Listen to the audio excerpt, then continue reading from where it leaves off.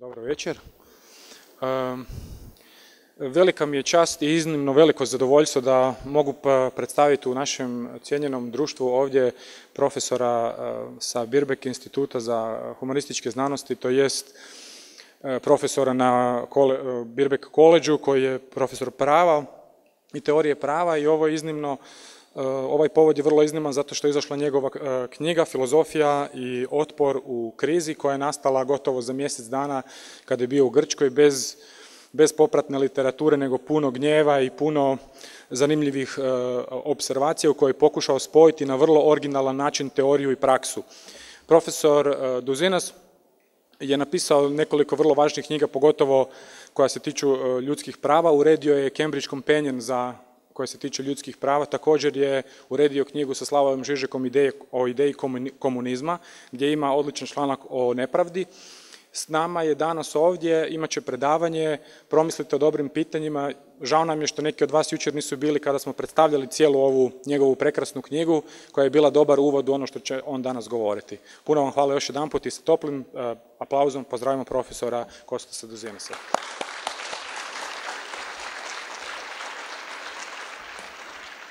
Thanks very much, Boris, and I would like to thank, before I start, the Subversive Forum and Festival, the people who have created the most interesting forum and festival in Eastern Europe and perhaps the whole of Europe. You know, it has given us loads of ideas about things to do in Western Europe. So thank you, Srečko, Igor, Yelena, and all the others. It has been a wonderful few days.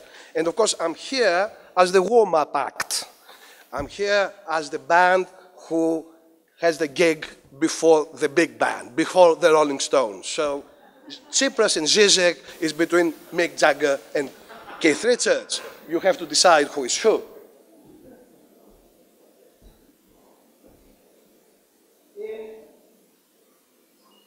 On June 17, 2011, close to the microphone. Thank you. I will have also at some point to start making some obscene gestures to the booth upstairs because I have a few pictures to show to you. Okay, and apparently there is no remote control. Okay, on June 17, 2011, I was invited to address the Syntagma Square occupation in a thematic debate on direct democracy. After the four speakers, as it was usual in Athens and in these occupations, people started queuing to address the occupation after the main addresses. Lots were drawn, and people with their numbers drawn were queuing in a line to come up and speak. And there was a man in that audience who was absolutely shaking and trembling with nerves. It was quite clear that he had no experience of addressing the public, certainly not the 15,000, 20,000 people who were in Syntagma Square that day. And I was really getting worried about him. And then he gets to the top of the queue, he gets a microphone, and starts giving an absolutely word-perfect address. For the 3 or 4 minutes he had at his disposal, he gives a brilliant, beautiful talk about the future of the movement. It is rhetorically well constructed in sentences and paragraphs. It was absolutely superb. When he stops, I go up to him and said, "My friend, how come that you spoke so beautifully? I thought you were going to collapse as you were waiting for your turn." And the guy turns around to me and says, "That is exactly what I was also fearing." And then when I got in front of the mic, a stranger in me started dictating what I had to say. This stranger was speaking, I was just mouthing the words. Many participants in the recent occupations and other protests and revolts make similar statements. Sarah, an Egyptian, tells her mother, after spending time in Tahrir Square, "I am not myself, I am somebody new that was born today." My talk is precisely an attempt to understand how the stranger in me of course, a standard way of describing the unconscious in psychoanalysis. How this miraculous transubstantiation of people takes place. What can philosophy, political philosophy, tell us about the recent spate of resistances, revolts, insurrections, and riots? And what can we learn out of these events in order to pursue further resistances and uprisings? Now, of course, as we know, the end of history and the dawn of a new world order was announced in 1989. If it was a new order, it was rather short, perhaps the shortest in history. The banking collapse of 2008, followed by the euro crisis and the world economic crisis in 2010, meant that it has come to an end. Protests, riots, and uprisings all over the world have broken out, but neither mainstream political science nor radical philosophy were either able to predict or indeed to fully understand the events. A former director of Britain's Secret Intelligence Service thought that, I quote, "it is a revolutionary wave, like 1848.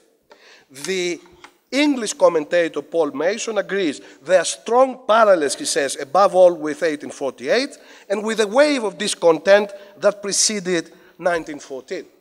Alain Badiou, in his post-Arab Spring book, Le Rebirth de l'Histoire, Awakening of History, translated into English as the rebirth of history, diagnoses that we live in an age of emeute, translated into English as riots and uprisings. And this emeute takes place in an interval between two periods of revolutionary upheaval. However, Badiou's left melancholy carries the day, and his conclusion is that precisely we don't live in a rebirth of history. The three times of emeute that he presents, immediate, latent, and historic being the Arab Spring, have not adopted his idea of communism, and therefore they cannot really start the new process, a new age of revolutionary upheaval. And unfortunately, my friend Slavoj Žižek, following Badiou, seems to agree with that, because of course his post-Arab Spring book is called The Year of Dreaming Dangerously, not Living Dangerously. Still, as far as I'm concerned, and I think all of us know, here in the Balkans, Slovenia, Bulgaria, Romania, Kosovo, riots, resistance, revolt is in the air. Are the spies or the radical philosophers right? And obviously the spies are right. My claim today is that radical philosophy has failed to explain and understand what is happening in the world. Obviously, it remains the best resource we have in order to both draw lessons and then move forward, but that in order to do that, we have precisely to observe what new has been happening over the last 4 years all over the world, get lessons out of that, and then perhaps put them to some practical use. Now, what could we say caused this return of the repressed, of resistance, of riots, of uprisings, after this long interval, according to Badiou, between revolutionary periods, after these 40 years of political apathy and passivity of the citizens all over the world, but of course even here in Europe, in democratic countries? Let me remind you that both the Jewish and the Greek tradition, both theology and philosophy, in their foundational mythologies, start with an act of disobedience.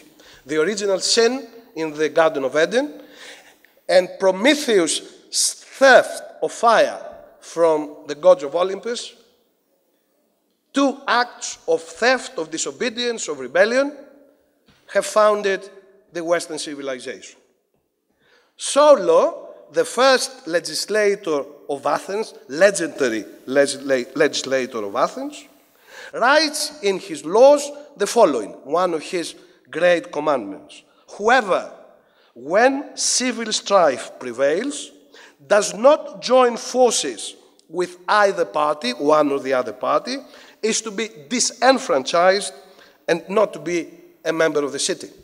In other words, if we look at our Western tradition, and of course all the way to today, as Etienne Balibar puts it, democracy, speaking of course about contemporary world, democracy survives because it has an integral insurrectionary moment. Citizenship is paradoxical. It is conflictual or nothing.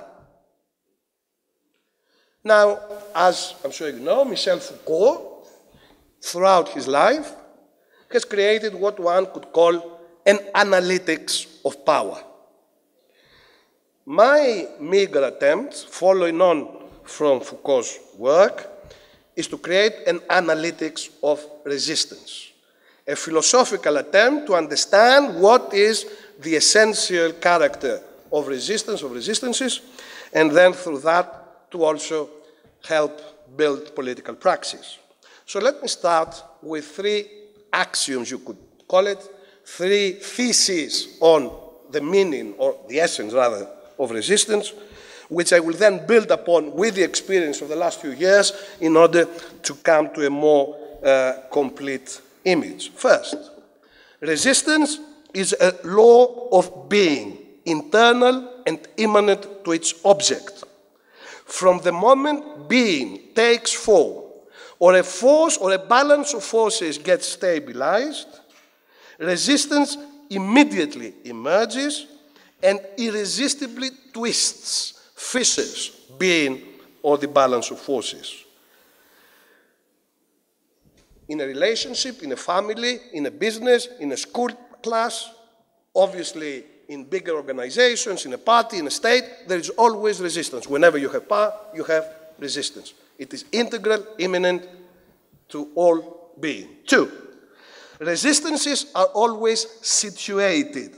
They are local and multiple. They emerge concretely in specific conditions, responding to a situation, a state of affairs, an event. Three, resistance is a mixture of reaction and action, negation and affirmation. Reactive resistances conserve and restore a state of things. Active resistances borrow, mimic, subvert the adversary's arms and invent new rules, new institutions, new relations. Let me explore now these initial three theses that come directly out of the work of Michel Foucault and François Proust, one of Foucault's followers, by examining and exploring them using examples from Greece, which is the most advanced and successful Western case of resistance. Now, of course, I'm not using Greece, either because I'm a Greek or because I think that Greece has a particular place in God's book of elect nations, and all good things come from Greece. No, Greece was adopted or was chosen by European and Greek elites to be turned into a guinea pig for a rearrangement of late capitalism, and because it was the first choice, obviously resistances started there, and using historical experience and examples grew over the years. Now, forms, subjects, and strategies of resistance, as I said, emerge within circuits of power, reacting and rearranging its operations. To explain their multiplication, recent multiplication, their forms, as I say, strategies and subjects, we must start, therefore, from an exploration of the state we're in. Now, a basic claim that I'm making against the economic orthodoxy and heterodoxy is that the greatest catastrophe threatening Greece and the Europe of austerity is not economic. The greatest catastrophe threatening our nations is the total destruction of the social bond, the total destruction of the way in which we understand, we see ourselves, we relate to others, we relate to the community. That is the greatest catastrophe because this is long-term. Economic problems, economic crisis, austerity, and all the rest of it, fiscal deficits can be, in the medium term, restored. Once you lose the social ethos, which is the cement around which our nations are being built, much stronger than perhaps Northern Europe, then it seems to me there is no way back, or coming back, it would be much harder. So I have to start from the state we're in and abandoning some of the banalities of the economists about euro and drachma and so on. And of course, Yanis is one of the Varoufakis, one of the people who, in a sense, goes against those banalities. Let me put it from a different perspective that looks into economy and economics in a much wider social and cultural setting. Now, it was Marx first who introduced the concept of the general intellect and immaterial labor, the work and products of the collective mind, science, and technology. In post-industrial capitalism, this type of immaterial production has become the most important productive force. Industrial capitalism turned the concrete into abstract, the product into commodity. Post-industrial capitalism turns thoughts, ideas, and words immediately into material objects and products. The general intellect is no longer incorporated in machinery as dead labor and capital, but in the lives of working people. Three consequences follow from that. The progressive immaterialization of production, coupled with globalization, means that particularly for people below 40 years of age, permanent work has been abolished, or it is on the way of being abolished. Part-time, flexible, piece work, long periods of unemployment following short periods of work are now the rule. We must be flexible, adjustable, willing to learn, continuously improve on our skills, on our knowledge, and our aptitudes. Secondly, profit now takes two major new forms. I mean, they're not necessarily new, but they're becoming now central. Rent for services and interest for capital. Wages get pushed down brutally in order to improve profits, and unemployment is no longer a way of having a reserve army that pushes wages down. Unemployment has become a structural characteristic of late capitalism, which means that millions of people have become superfluous, redundant, useless. They are the unemployed and unemployable, the young and the old, the immigrants and the refugees. This has created an increasingly volatile political situation, as large numbers of people have no inherent stake in the continuation of the socio-political system. The huge increase in police repression and security measures, something that our governments usually blame on the fear of terrorism, is in reality the near permanent state of exception that preempts. It is a preemptive response to the permanent state of political turmoil that the situation I was describing has created. The third change is the extensive and violent privatization of the commons. The three commons of social life, social services and culture, of external nature, and even of our own biological life are systematically sold off. We must rent back from capital our common substance, our collective achievements. Everything that can be sold will be sold and then had back to us. All this means that late capitalism increasingly works through consumption funded, fueled by debt and interest. People, companies, and states are treated as consumers who must borrow to spend. Debt has become integral to life. student loans and loans for personal consumption, enterprise loans and mortgages. These make the larger part of the population permanently indebted. The same, of course, applies to companies and states. Debt is not the great enemy many present, but it is the indispensable lubricant in the economy of services for which consumption is the main avenue for growth. Following the work of Maurizio Lazzarato, who was speaking here yesterday, I would add that debt is a social relation and moral concept before being an economic relationship. The creditor controls the debtor's conduct much more than the employer does the employee. The debtor is infused with moral guilt, existential forbearance. She is formally free, but only if she accepts a life of redemption and repayment. In this sense, debt preempts radical change by ensuring the obedient conduct of the debtor. Our current predicament is not, I would say, a debt crisis, but the ruling elite's desire of debt. Indeed, Greece is a textbook case of debt's desire, this lovely double genitive. The desire of debt, who desires debt, what does the debt desire? After entry to the euro, the modernizing socialists promoted consumption and hedonism as the main way of linking private interests and the common good.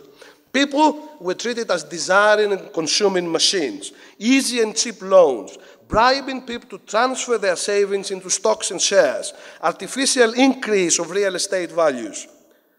All these became the main instruments of economic growth, and the criterion of linking personal happiness and social mobility with economic results. Of course, the aim of that was the beginning of a breakdown of communities, the atomization of the population, the creation of a popular capitalism where even the poorest would feel they have a stake in the capitalist system. The privatization of social services would supposedly lead to free choice and personal responsibility. The obscene father of psychoanalysis kept telling the Greek population, enjoy, buy, live as if this is your last day. And as we know from psychoanalysis, this consumer paradise of desire, satisfaction, frustration is the purest form of value nihilism. Austerity violently reversed these priorities in order to achieve the same objective. The objective of controlling populations through indebtedness and guilt. The population was now divided according to age, occupation, gender, and race, and of course nationality, and radical behavioral change is now imposed for the sake of national salvation. The politics of personal desire and pleasure turned into a strategy of saving the nation. Indeed, almost literally, its genetic information, its DNA, those biological and health metaphors are full in the discourse. The discourse of the authorities, of the austerity authorities, are full, are replete of this type of metaphors. Punitive austerity completes the project by now turning aggressive into defensive nominalism or individualism. There is only individuals and the sovereign. The riot police, the criminal courts, the prisons are now called in to enforce a near permanent state of exception.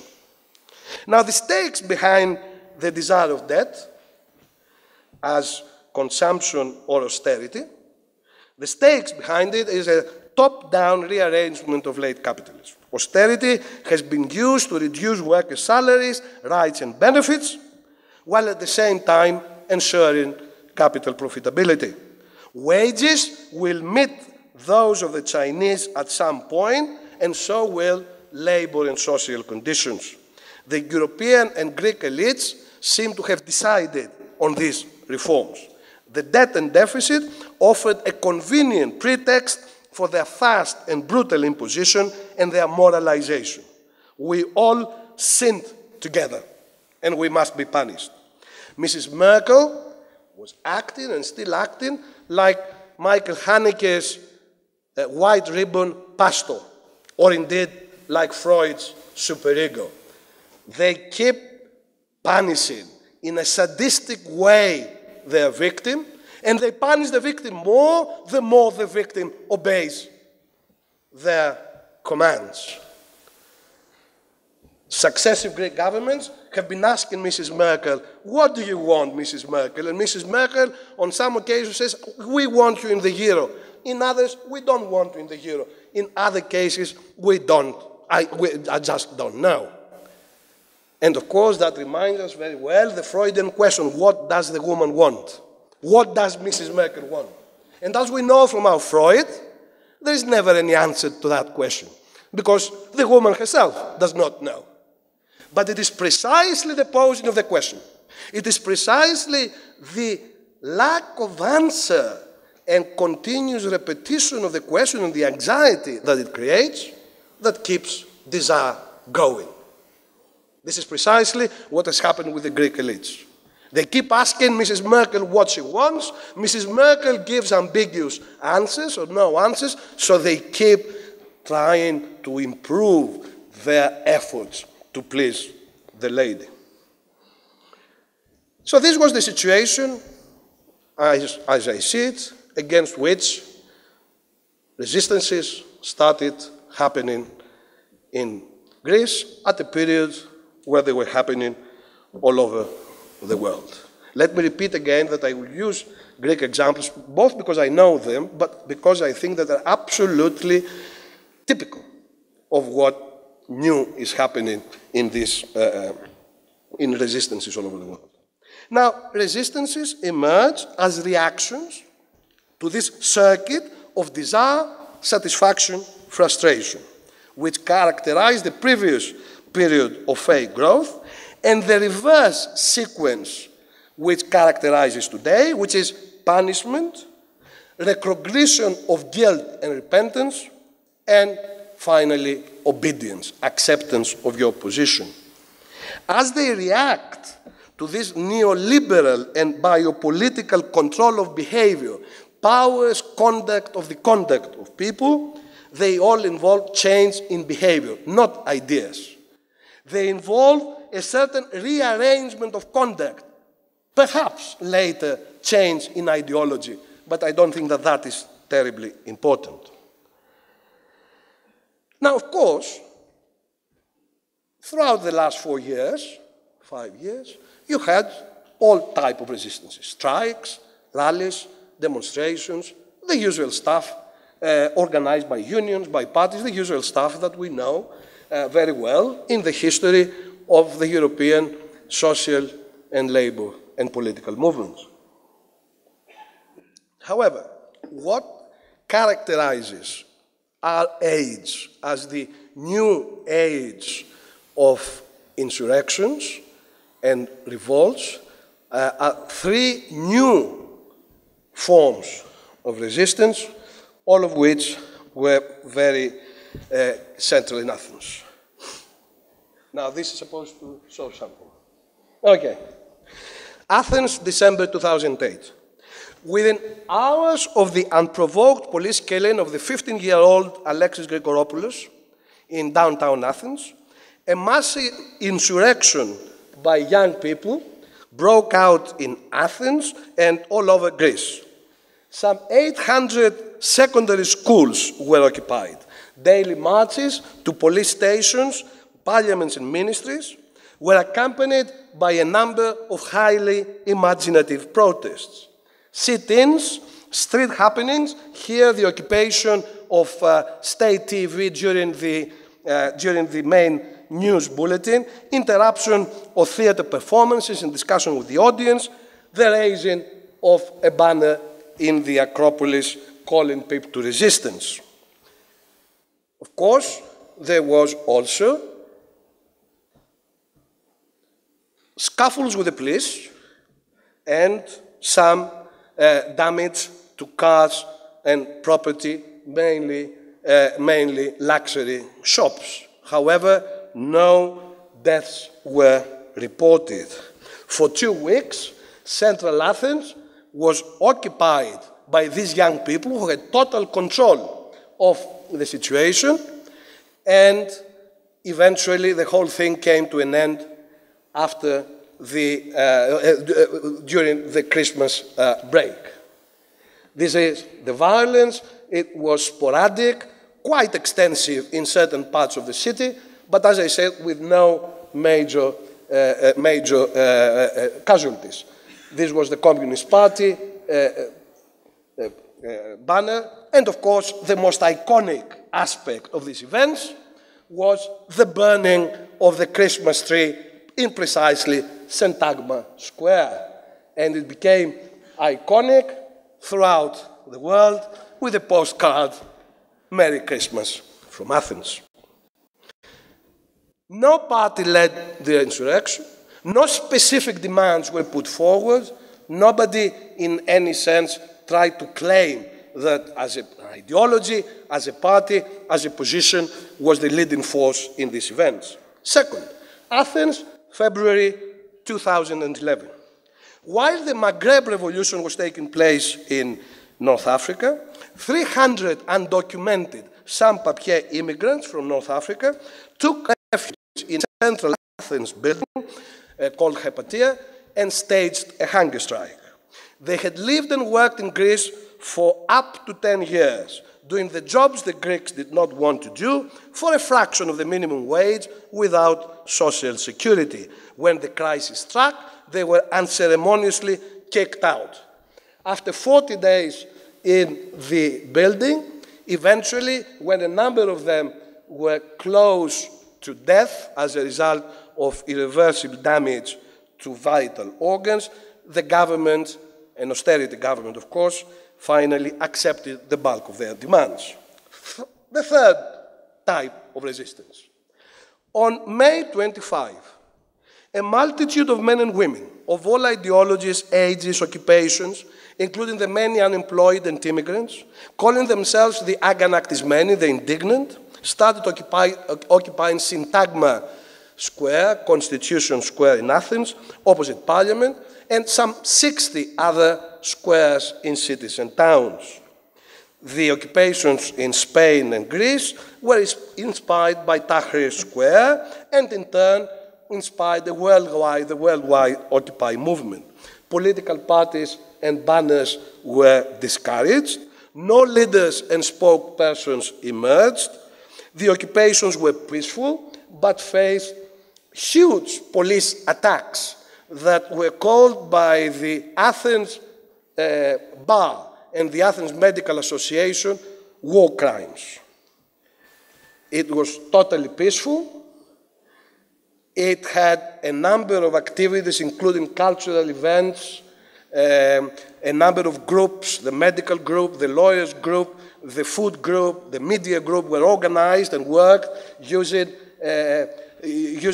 direct democratic methods, and of course a number of major international artistic groups and troops came to Athens. This is the Le Théâtre du Soleil of Ariane Newskin, which staged a specially devised event in Syntagma supporting the occupiers. The then Papandreou government resigned twice. First on June 15, a couple of days before I got to Athens, and then of course finally in early November, soon after people occupied the street where a military parade was about to take place and the president had to flee. And of course in the two elections of 2012, this multitude became a people, became a population, and voted massively for Syriza, the radical left coalition. To that extent, Greek resistance, as I put it, has led to a half victory. So we have so far, in this age of revolts and resistances, 2.5 victories. Egypt, Tunisia, the half is Greece, remains to be completed. So these are the three new forms of resistance that have become, as I'm sure you know, quite persistent and have been repeated all over the world. Let me now then move from forms of resistance to subjects of resistance. What causes this behavior change? The direct integration of the working people into the economy of debt is at the same time the Achilles heel of biopolitical capitalism. The worker can withdraw abruptly and violently if one of the links in the chain of the integration chain breaks. This can happen through the sudden loss of job, major deterioration in conditions of life or expectations, frustration of desires or promises. This is precisely what the sequence, December, the riots, Hepatia, the hunger strike, and Syntagma achieved. This is how the stranger in me emerged, this metamorphosis of subjectivity. It disarticulates subjects from the circuit of desire, consumption, frustration, and helps the emergence of disobedient subjects. The refusal to obey law or policies, the invention of new types of street action, turned disobedience into a political baptism. This baptism releases the subject from the consolations of normality and the numbing of normalization, and the technologies of self that power uses in order to control our behavior and conduct turn into a care for self, a radical behavioral change. So in what we just examined, three new forms of subjectivity emerged, which match the three main forms of exclusion and subjection in late biopolitical capitalism. First, we have the expendable, redundant humans. Second, those who are biopolitically excluded. Third, those who are democratically disenfranchised. First, the inhuman, those who are excluded from humanity, the sans-papiers, undocumented immigrants. In a world where life exists as registered life, undocumented life is not recognized at all. Minimum humanity is created through what the immigrants lacked: papier, documents, files. To retrieve their life from this administrative void, they had to come to the threshold of death. The sans-papiers, in that sense, became martyrs, which in Greek, of course, means both witnesses and sacrificial victims. They confirmed something that from Rousseau to Freud, Western philosophy knows quite well. Man is free to die of freedom. Life is worth living if it is worth dying for. In that sense, when these people, for 40 days, stayed in this place in Athens, staging a hunger strike and bringing them to the threshold of death, these were the only free people of Athens. The December insurrection now of the supposedly apolitical youths was precisely a combination, a reaction to the combination of frustration and its companion, police repression. The insurgents were people whose interests are never heard. They exist socially, but not politically. And they must perform their existence through the absolute negation of what exists. They did not demand anything specific. This is true. They simply said, enough is enough. Here we stand against. Not I claim this or that right, but I claim the right to have rights. This is politics, of course, at degree zero. The first but insufficient step in the emergence of political subjectivity. Caught between the demands of an insatiable desire and brutal repression, they performed the absolute freedom of acting out. When negation and affirmation, reaction and action cannot be synthesized, they remain opposed. Violence is the link between the two forces. Now, my friend Alain Badiou and Slavoj Žižek dismissed these events. Admittedly, they didn't speak about Athens. Badiou spoke about the riots in the Paris banlieue in 2005 and 2007, and Žižek about those in London in 2011. I think they were both wrong. The stake of these repeated events was not, and is not, of course, the immediate overthrow of government, let alone of capitalism, as Badiou seemed to expect.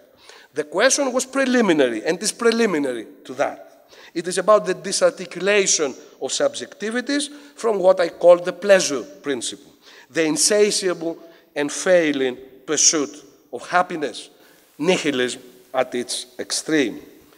To that extent, December was late capitalism in a rebellion, to use a Hegelian term, the rebellion of the poor, a process of production and construction of subjects of resistance. Now, having said a few things now about these forms and subjectivities, the construction of new subjectivities, let me give you a fourth and fifth thesis that it seems to me emerges out of this analysis. Number 4, resistance is a process or experience of creation of new subjects. We become subjects, the stranger in me emerges with the realization of a split in my identity. I pass over to the side of the universal because my particularity has failed, because my identity is internal, fissured, incomplete, lacking.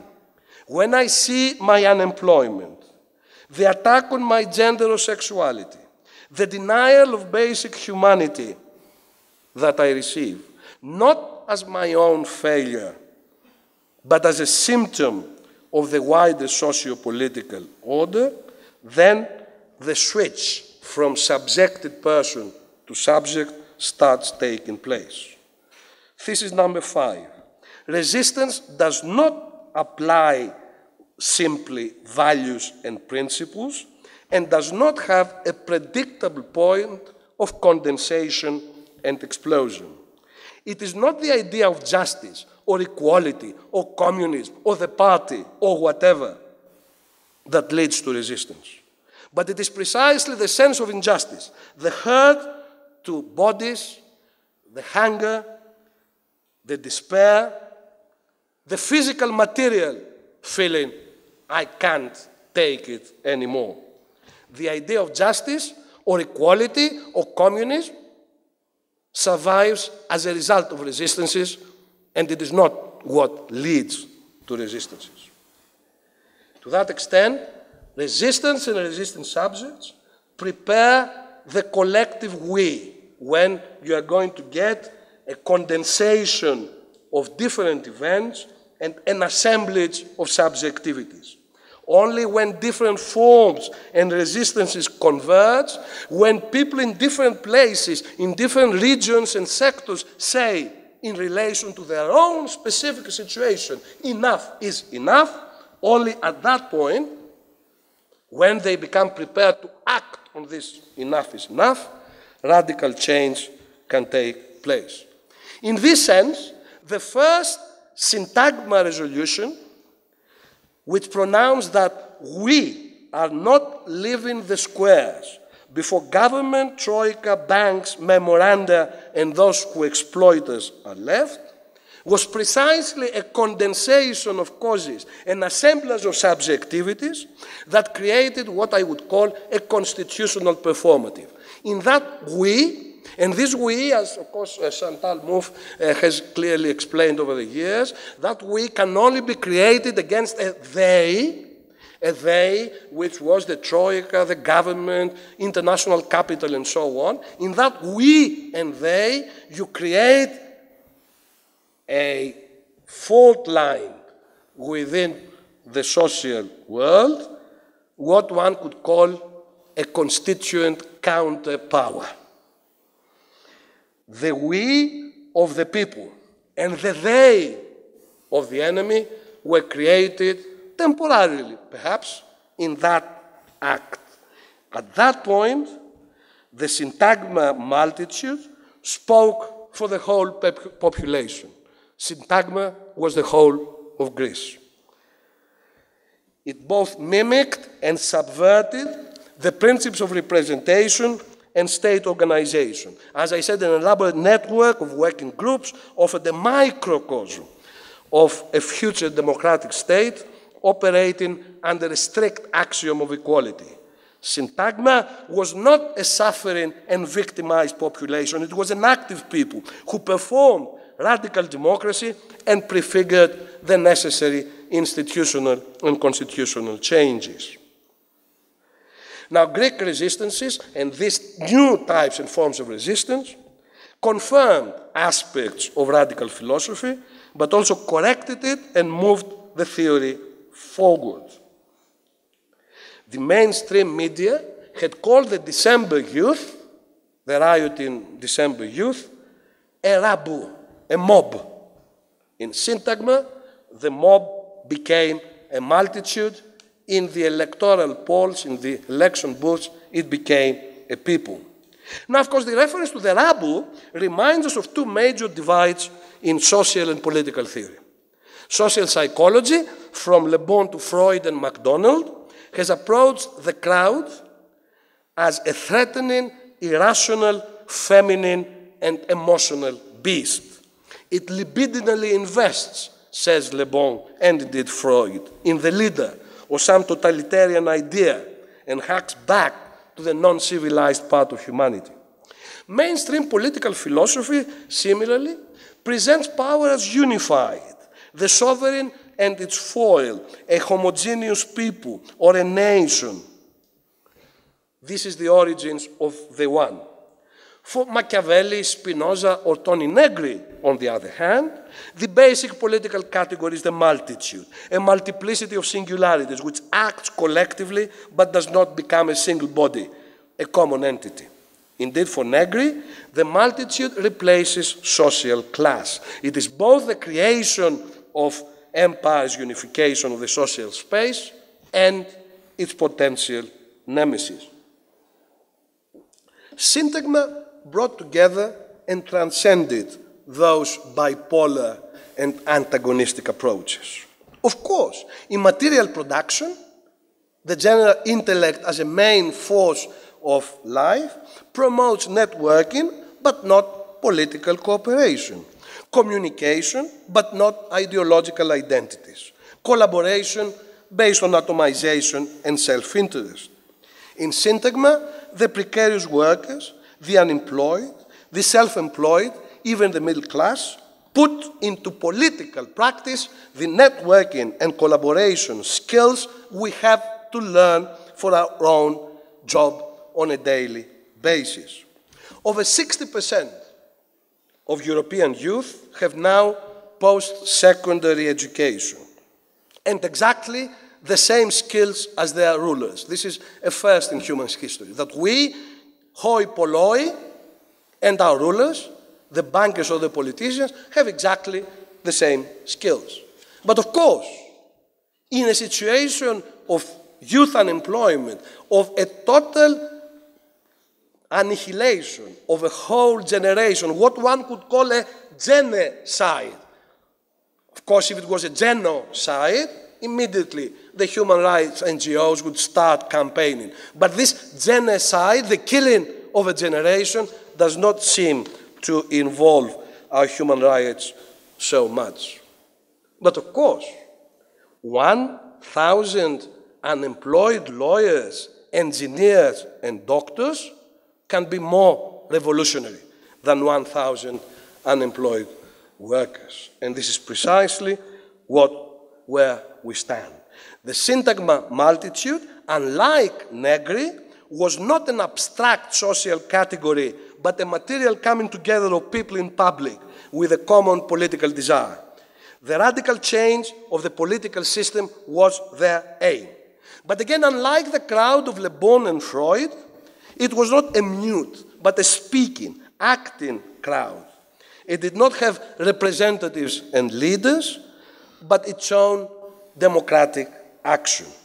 Indeed, for Aristotle, the demos of democracy, is the multitude in assembly. Now, the theory of multitude of Hard and Negri gives useful analytical tools, but only a multitude in assembly, the people as demos, can initiate radical change. The multitude is the social foundation. The demos is the political subject. Two strategies emerged and coalesced in those amazing days. A narrow strategy of conflict, a wider of hegemonic intervention. And these are the two strategies that are important for us today, not just in Greece, but all over Southern Europe and the Balkans. To use an expression that will put a smile in many a Marxist or cynical lip, the end of the power system in Greece and further afield in the south is now a matter of historical necessity. And here I'm speaking about the philosophy of history, so I don't want people jumping up and saying, when do you expect it to happen? Revolutions take place and succeed when a political power system has run its course and has become obsolete and harmful. And this is the case in Greece and Southern Europe. Of course, as we know, historical necessity can only be interpreted retrospectively.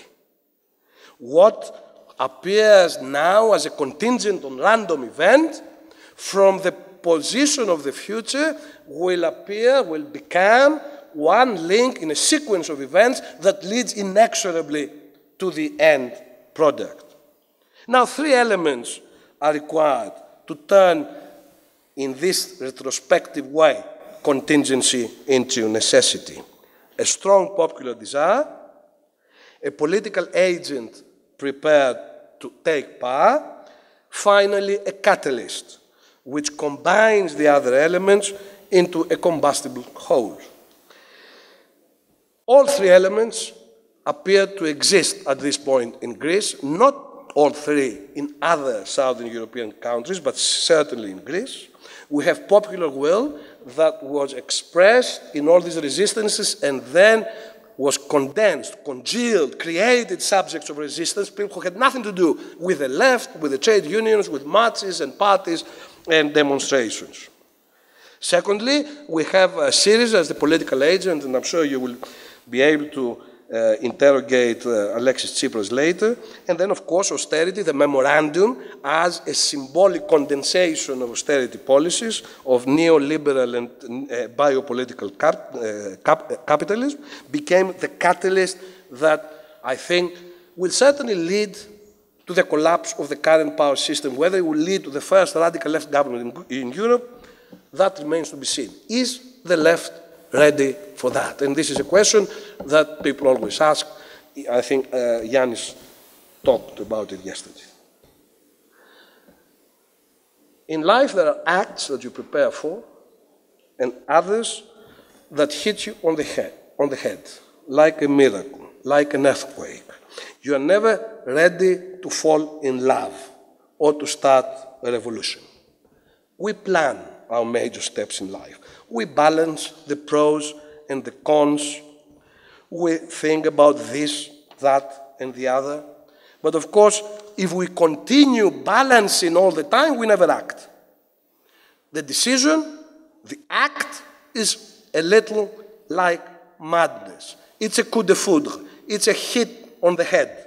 Something unexpected, it takes over, and this is what happened to Syriza. It has been taken over. It has been adopted by the people, not necessarily because it did great and wonderful things between 2008 and 2012, but it was hit on the head, and the only thing it can do now is to take power if, of course, the philosophy of history turns out to be right, which is not always the case. To this extent, the question that Zizek keeps asking, I'm sure he will ask it again tonight, what will the left do once in power, has one and only answer. The day after will be exactly the same as the day before. It will be a continuation of what happens now. In other words, what Syriza does now, what the left in Europe does now, prepares precisely what it will be doing if and when it is in power. And that is why what is happening now all over Europe is so important. There is no blueprint, there is no precedent. The left will have to improvise and adjust to become brutally pragmatic and uncompromisingly principled. Now, of course, the economists and the sociologists and the social policy makers can say many things about the kinds of policies that the left should develop and a possible left government adopt. What I want to say here briefly and finish is this. The resistances, the resisting subjectivities, in particular syntagma, and that kind of dynamism, of energy, of huge drive to resist, I think these have created an institutional and cultural memory and are the most important resources, not just for Greece, but for the whole of the South and the Balkans. So first, the social composition of post-Fordist capitalism means that the age of leaders, centralized parties and unions, solid and conscious political subjects, awaiting representation, all that is on the way out. Cooperation and networking, solidarity and horizontal organization, sharing of knowledge and skills should be and are the guiding principles. The squares transferred these principles from work to politics, reversing the hierarchy, the disciplining, the control and autocratic management of capitalism. We are the squares where everywhere is and should be the guiding principle, extending those ideas to economic, social and cultural life. Initiatives from below, direct democratic initiatives, physical and virtual collaboration, bringing people and skills together would revive the faltering sense of community that we're observing. That collapse of social ethos that I mentioned at the beginning, which is, let me repeat, much more threatening the future of any nation than any economic crisis and fiscal deficit or debt. Second, and following again from the experience of the resistances, the left has to develop everywhere hegemonic politics. The continuous recreation of a we, the people, a popular pole that identifies, the political party has to identify at every point in time, because it may have to change, a central fault line that will split the social body in a us and them.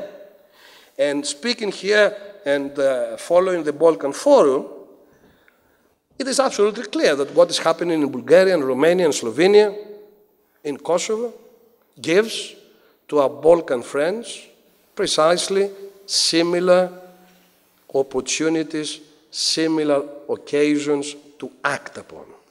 But you have to follow that hegemonic idea. Perhaps corruption, perhaps the defense of social services, of health, can become the fault line, the central way of splitting the social body and turning us into an us, a we, against the they, the them, the enemy. An unemployed right-wing person and an unemployed left-wing person suffer exactly the same. A poor nationalist and a poor internationalist suffer exactly the same. The left, particularly in creating and promoting hegemonic projects, cannot afford to abandon any part of the social body to the right wing or to fascists. And this is what hegemonic policy does. Realizes at each point in time what fault line would unite, even temporarily, the larger part of the population, being aware, of course, that that part of the population is riven by internal conflicts and families, between private and public sector workers, between the employed and the unemployed, between those better paid and those worse paid. But if you find a fault line, say anti-corruption or defense of the health system, defense of the educational system, a fault line that makes people understand that that particular interest is much more important than their own sectional divides and concerns. This is exactly what happened in those occupations and resistances. This is the great message that we have to carry through, both in the South and in the Balkans. But of course, that idea of hegemony, that idea of speaking for the common interest of the whole population must be accompanied, completed, complemented by a politics of conflict. This is the politics that places at the center of the attention of the left those people and groups and interests which are totally excluded from our society. So the unemployed youth, the immigrants, those people who are either totally biopolitically invisible or who are almost non-human. These are the people who, to my mind, represent the principle of universalism. In a society that keeps talking about equality and freedom while at the same time delivering the greatest structural inequality in the whole of human history, the principle of universality is represented by those totally excluded. So a combination of hegemonic policies, of fault lines, perhaps even moving fault lines, that try at each point in time to capture the idea of the commonist or the common good and to neutralize or bracket, even temporarily, sectional divisions and conflicts. And on the other hand, social mobilization, the preparedness to go all the way in supporting those groups that today, in a sense, are what for Marx the proletariat was. Those groups whose emancipation will mean the emancipation of the whole of society. These seem to me to be conclusions and strategic choices that are not particularly Greek, although, as I said, Greece is perhaps a little ahead in temporal terms, but these are strategic choices that the whole of the left in the South and the Balkans can do well with. So only this combination of hegemonic politics with radical intent and social mobilization and conflict can succeed. This is, for me, the task for the left, the task of developing what the idea of communism means for an age of capitalist crisis. Talking, of course, about specifically Greece, it is a very tall order for a small country and an even smaller organization. It can succeed only if the European movements learn from that Greek experience and follow similar strategies. In such a case, the Greece of resistance will become the future of Europe. In 1821, the great romantic poet Percy Shelley, published his famous lyrical drama, as he called it, Hellas.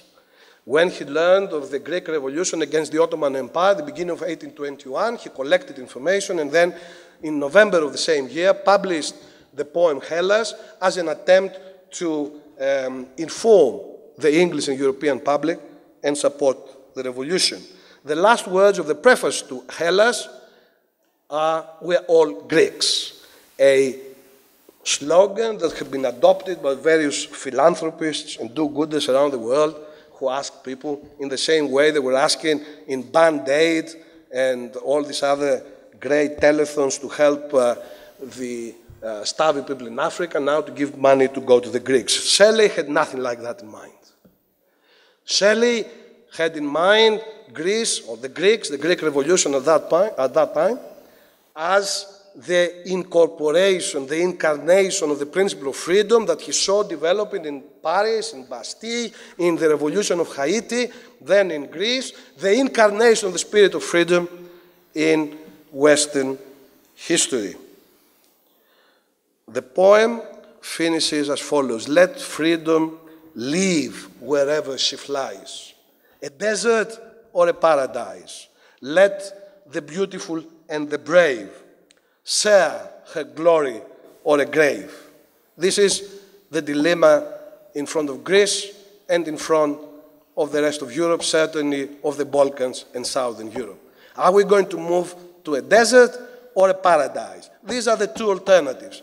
Continuing with the catastrophic neoliberal biopolitical capitalism that is destroying lives and families and ethos and, of course, economies, or join that resistance that will reintroduce the spirit of freedom into our history. Thank you.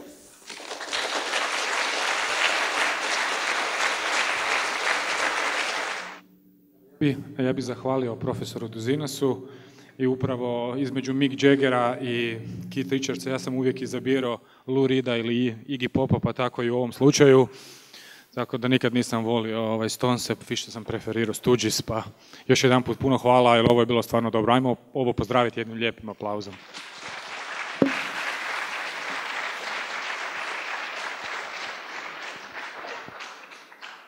Imat ćemo nekoliko minuta za pitanja. Molim vas, budite precizni i jasni. Pitanja mogu biti kratka. Upravo su nas obavijestili da ćemo morati završiti puno prije jer moramo isprazniti dvoranu zato jer dolaze Mick Jagger i Keith Richards. Ok, izvolite sa vašim pitanjima. Možete postaviti na hrvatskom ili na engleskom. Imamo ove prevoditelje i tako. Thank you. I don't know if I will be lucky enough to flow along the language speaking instead of myself or a stranger in me speaking instead of myself, but let's try.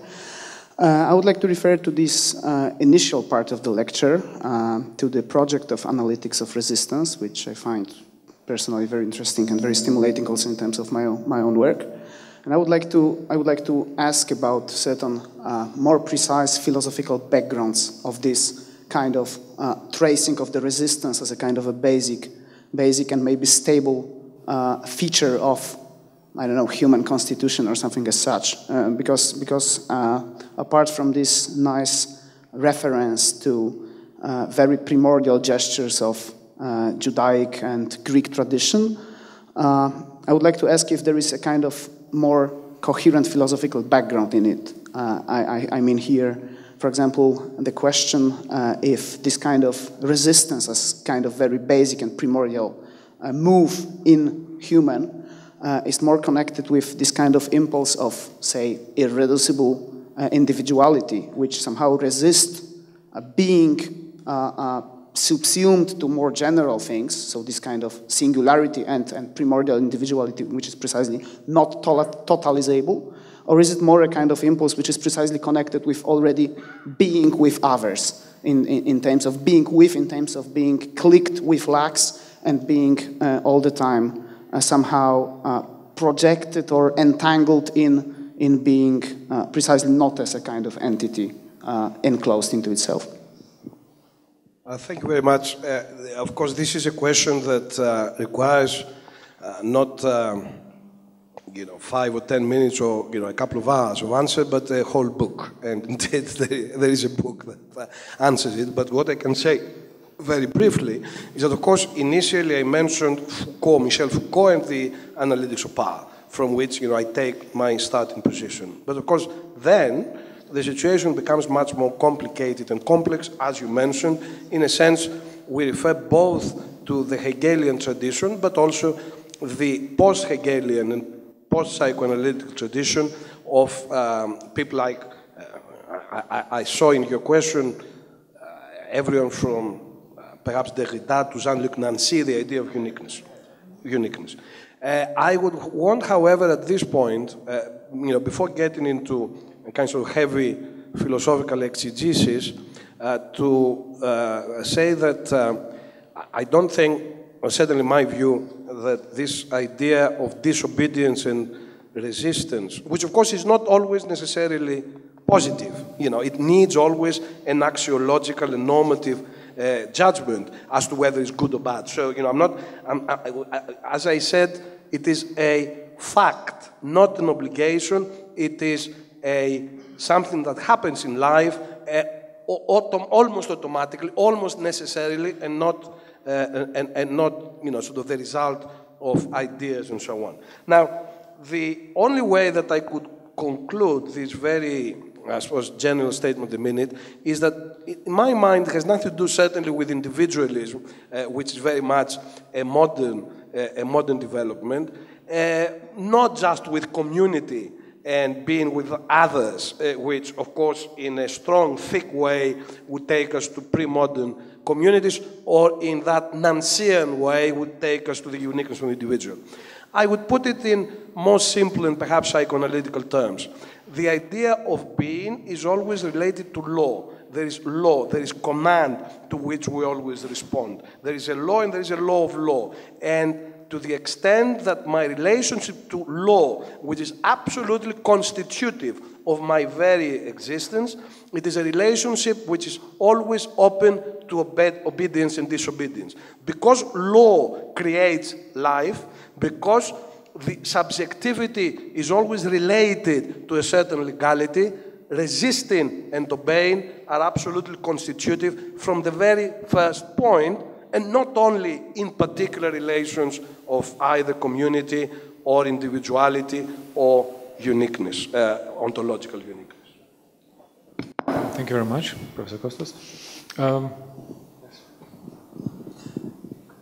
Thanks for the lecture. While I found your analysis tremendously important and interesting, I really have a strong need to say that in it is so much Eurocentrism, because you are focusing only on the European examples. For example, with the analysis of the situations, you are claiming that Greece was chosen as a guinea pig for resolving the crisis of capitalism.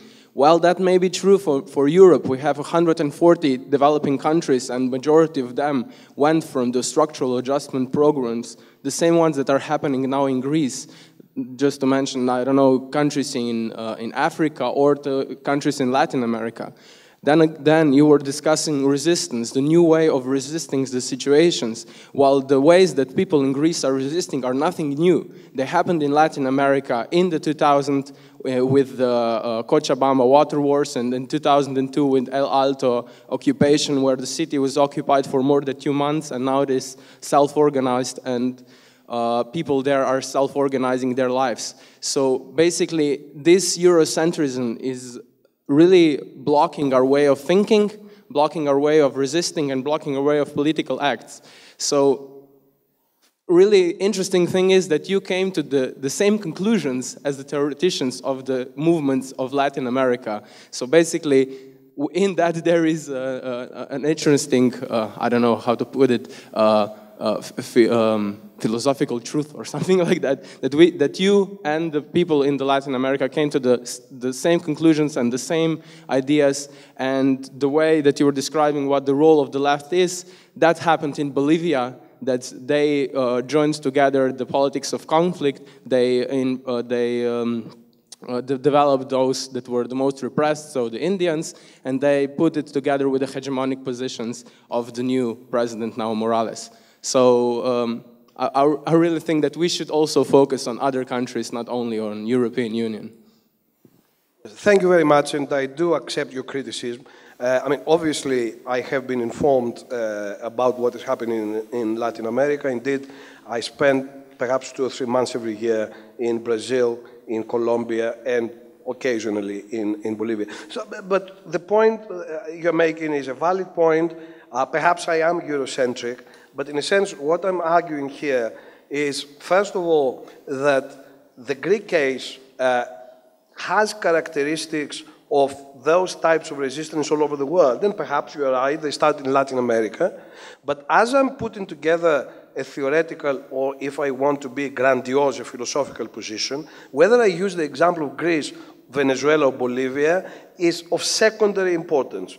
I'm not going to, obviously, abandon the interest in a particular place in Europe or whatever because it happened elsewhere. If there are convergences, that, as you said, very kindly, might help understand the wider applicability of the philosophical position. But the philosophical position does not depend necessarily or always upon its place of emergence. Truth in a sense, is not localized. Resistances are, as I said. And because resistances are, in order to come to a conclusion about the philosophical, as it were, undergirding of a particular type of activity or different types of resistance, you have to start from a specific situation. I could have started in Venezuela. Unfortunately, I was born in Greece and I live in England. Thank you, Costas. Building a little bit on the prior question, I'd like to ask about whether Greece does represent such a relatively optimistic picture through the lens of the drachma versus euro debate, not as an economic debate, but as a political one. I work with civil society internationally. I work on the IMF. I coordinate, I advocate, I seek to understand. I'm talking about countries as was referenced in the earlier questions, Sub-Saharan Africa and the Caribbean and troika states in North Africa. And there's a dilemma that does seem to be common, and that is to do with, and so I want to sort of focus in on your points about praxis, essentially about, what is the radical intent and how do we identify those fault lines? And I would say that there is one that seems to be common and commonly discussed and is currently very hotly debated. And that in Greece is, I could say, was represented by this debate in drachma versus euro terms. And that dilemma is whether we seek debt forgiveness, and I think it's a very interesting term, which is essentially another way of saying negotiating, or do we seek repudiation, which is almost the opposite of redemption. And it's interesting how these terms have double meanings in English. Because, as bankers often say, if I lend you $100 and you can't pay me back, then that's your problem. But if I lend you 100 million and you can't pay me back, then that's my problem.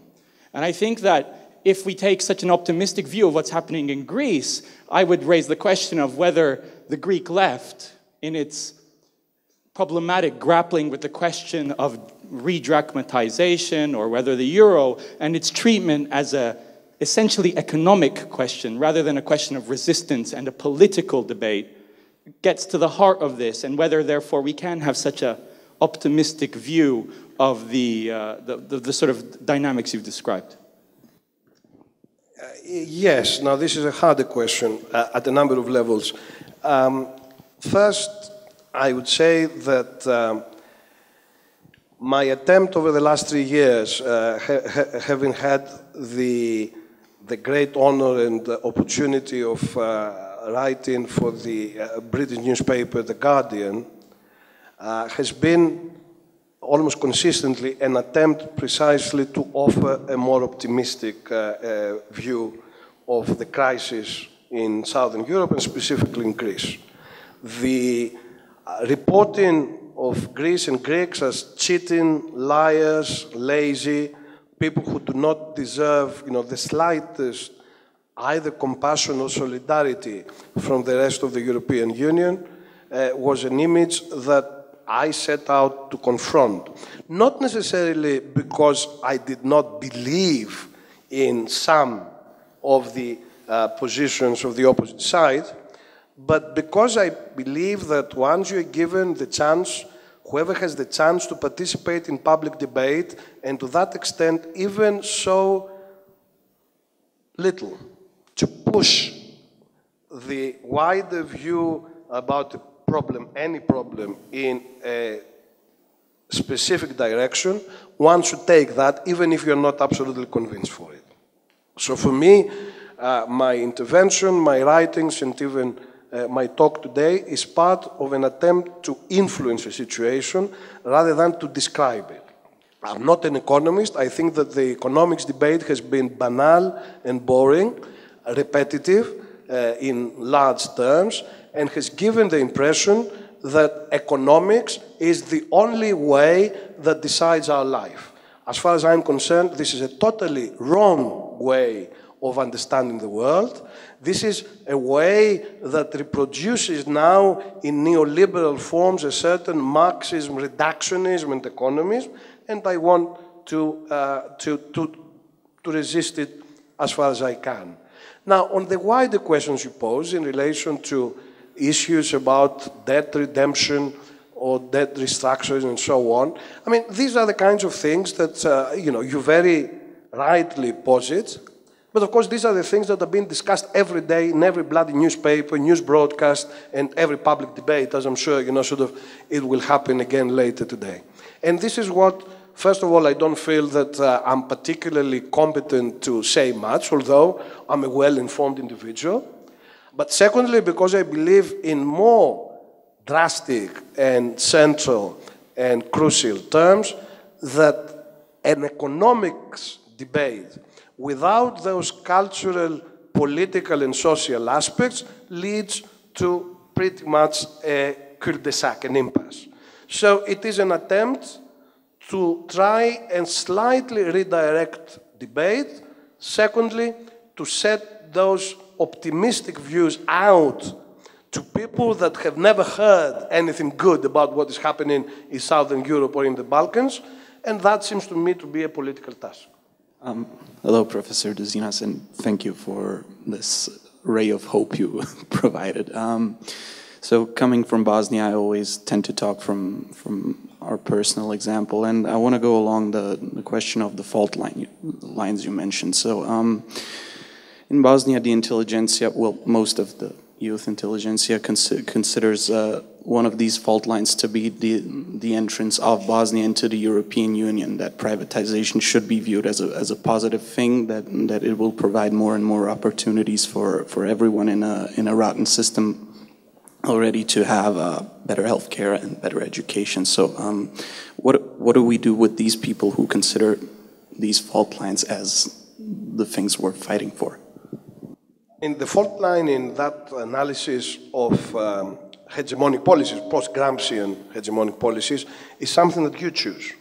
In other words, you see what are the possibilities that exist in a particular society, and you choose the one that appears to have the greatest ability to bring together all these different conflicting groups, sectors of society in a wider project of emancipation, in a wider project of left unity. Now, if, as you're saying, in Bosnia specifically, the European Union appears to be one of these things that could unite people, but at this point in time, the European Union appears to be in a process of disintegration and decay. It appears to be acting precisely against the interests of the people generally, and certainly the interests of an emancipated and equal society. Then, of course, not only you do not choose that as a fault line, you actively campaign against it. So it is a political choice. It is a strategic choice. You have to find in each particular point in time what type of policy and strategy is generally consistent with your own political line of emancipation and equality and social justice, while, of course, at the same time, it is never just that. It will be less than that, in order to be able to create the widest possible way, the widest possible popular poll. Thank you very much, Professor Douzinas. Once again, let's clap.